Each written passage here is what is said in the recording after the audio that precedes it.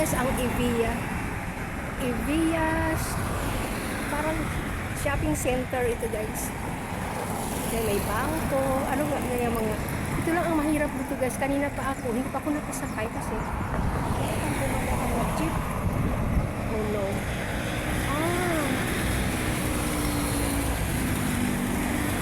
Ito na yun. So, nagmamadali kasi ako guys ngayon kasi naghabol ako ng oras. Punta akong Bulacan. Kaya, next time, ano natin yan kung ano ang mayroon dyan sa loob. Ngayon, ang tagal, kanina pa kung may van na dumarating, magkano naman kaya yan? Wow.